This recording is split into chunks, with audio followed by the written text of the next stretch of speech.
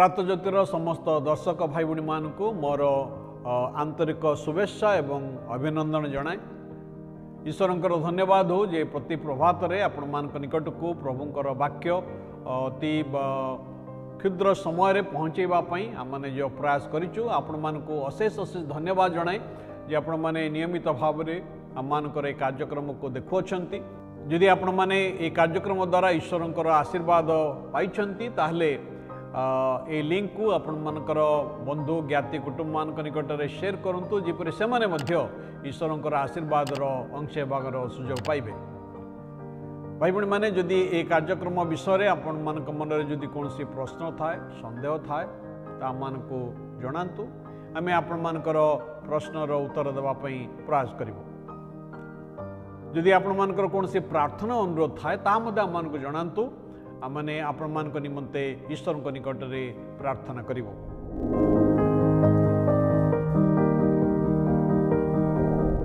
तेबे आसंता माने आजर कार्यक्रम आरंभ करिया माने आलोचना को जीवा।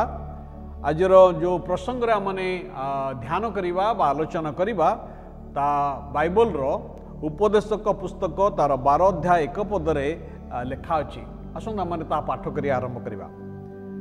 से स्थान में ईश्वर को वाक्य बाइबल प्रकार लिखा जाए आउ तुम्बे यौवन काल रे अपना सृष्टिकर्ता को स्मरण कर जेहेतु दुस्समय आसुअछि जे सब वर्ष रे तुम्हें कहबो ए सब रे मोर किछि सुख नाही से सब वर्ष सन्निकट हेउछि। ईश्वर मान को तांकर ए वाक्य रे एवं श्रवण रे आशीर्वाद करंतु।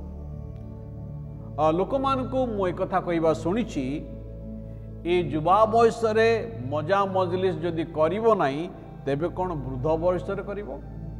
जदि ए बयस हस खुशी करिवो नाही तेबे कौन मशाणी को जीवा समय करिवो। किंतु ईश्वर को वाक्य मान को स्पष्ट रूपे कहे यौवन काल रे अपना सृष्टिकर्ता को स्मरण कर। कहीं आमे आम यौवन काल रे आमर सृष्टिकर्ता परमेश्वर को स्मरण करिवा। प्रथम कारण होची आम शरीर आमको अस्वीकार करने पूर्वे आसु आमने तांको स्मरण करवा। राजा सोलोमन मनुष्यर वृद्धावस्था को से तीनोटी भाव में वर्णना करते। प्रथम कथा से कहती आम शरीर क्षण भंगुर अटे एवं द्वितीय रे आम शरीर मूल्यवान अटे एवं तृतीय रे आम शरीर हठात एवं अनपेक्षित भावे भग्न होई पारे। समय चक्र रे सबुकिछिर परिवर्तन घटी थाए। आज आपण हृष्टपुष्ट अछंती स्वास्थ्यवान अछंती आसंता काली आपणकर स्वास्थ्य हुए तो से प्रकार ठीक नथिबो। आज आपण को डायबिटीज हेई नाही आपण बहुत खुशी अछंती। ईश्वर समस्त को सुस्थ सबल रखंतु का को डायबिटीज न हो आपण मीठा खाई परुछंती किंतु काली जे आपण को डायबिटीज न हो यार ग्यारंटी आपण दे परिबे नहीं। जीवन रे जे आज कष्टकर परिस्थिति आसी नहीं आउ आज आसीबो नै कथार ग्यारंटी के दे परिबे नहीं। ईश्वर को वाक्य जीवन संबंध रे अनेक स्पष्ट कथा सब के आमान को जीवन पानी फटका परी आमान को जीवन घास फूल परी जे आज सतेज सुंदर देखा जाउची वे तो आसंता काली ता सेपरी थिबो ए कथा किए कहबो। तेबे सोलोमन ए कथा कहती तुमर यौवन अवस्थार समय रे तुम सृष्टिकर्ता को स्मरण कर। ए कथा कहबा द्वारा से एक महान परामर्श दौचंती। से कहउचंती हे युवक हे युवती तुम यौवन सबुदिन रहिब नाही। आज हुए तो आपण सुस्थ सबल अछंती जवान अछंती आपण गोटे घंटारे 15 किलोमीटर दौड़ुछंती किंतु स्मरण आणंतु जे वृद्धावस्था आसुअछि। जेतबे समय गड़ी गड़ी जीवो जेतबे वर्ष सब गड़ी गड़ी जीवो वृद्धावस्था आसुअछि दुखपूर्ण दिन सब आसुअछि।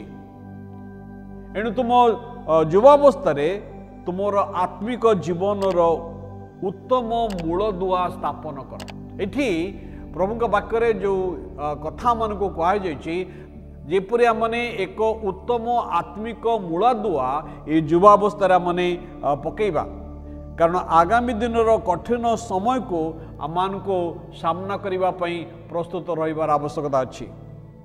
आम शरीर मूल्यवान अटे भाई भणी माने आमर शरीर बहुत गुरुत्वपूर्ण ईश्वर को दृष्टि हुए तो मनुष्य दृष्टि आम शरीर गुरुत्वपूर्ण ही न पारे हुए तो लोक मैंने आमर चेहरा को देखी आप्रिशिएट कर न पारती आम हुए तो देखापी कला हो पारू बा गोरा हो पारू आम नाक हुए तो चेप्टा हो पारे बा आम नाक हुए तो सीधा हो पारे आमर गहल चुटी थाई पारे बा न थाई पारे हुए तो लोकों दृष्टि आम आकर्षणीय हो न पारू किंतु मन रखु ईश्वर आपण को शरीर देइछन्ति मोर युवा भाई भणी माने आपणकर शरीर ईश्वरंकर दान अटे आ ईश्वर आपण को प्रेम करती एवं आपणकर शरीर विषय से मूल्य दियंती से प्रेरित पाउल एक कथा लिखती तुम्हें माने कि जानो नहीं जे तुम मानकर शरीर पवित्र आत्मांकर मंदिर अटे आमानकर शरीर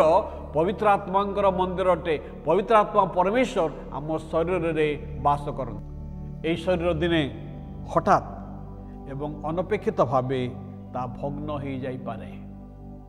उपदेशक तार 12 अध्याय 7 पदरे कथा लिखा जाए पुणी धूली पूर्व मृत्तिकारे लीन हब आउ आत्मादाता परमेश्वर निकट को आत्मा फेरी जीव आमान शरीर जहाँ धूली निर्मित होती धूली रे मिशीज किंतु थरे आत्मा शरीर त्याग कला परे यही शरीर मृत्तिकारे मिलई जाई क्षय पाई थाए मात्र आमानकर आत्मा को परमेश्वर ग्रहण करि थांती। मनुष्य पाप कला परे परमेश्वर मनुष्य को कहिले तुम्बे धूली पुनर्बार धूली रे परिणत हब।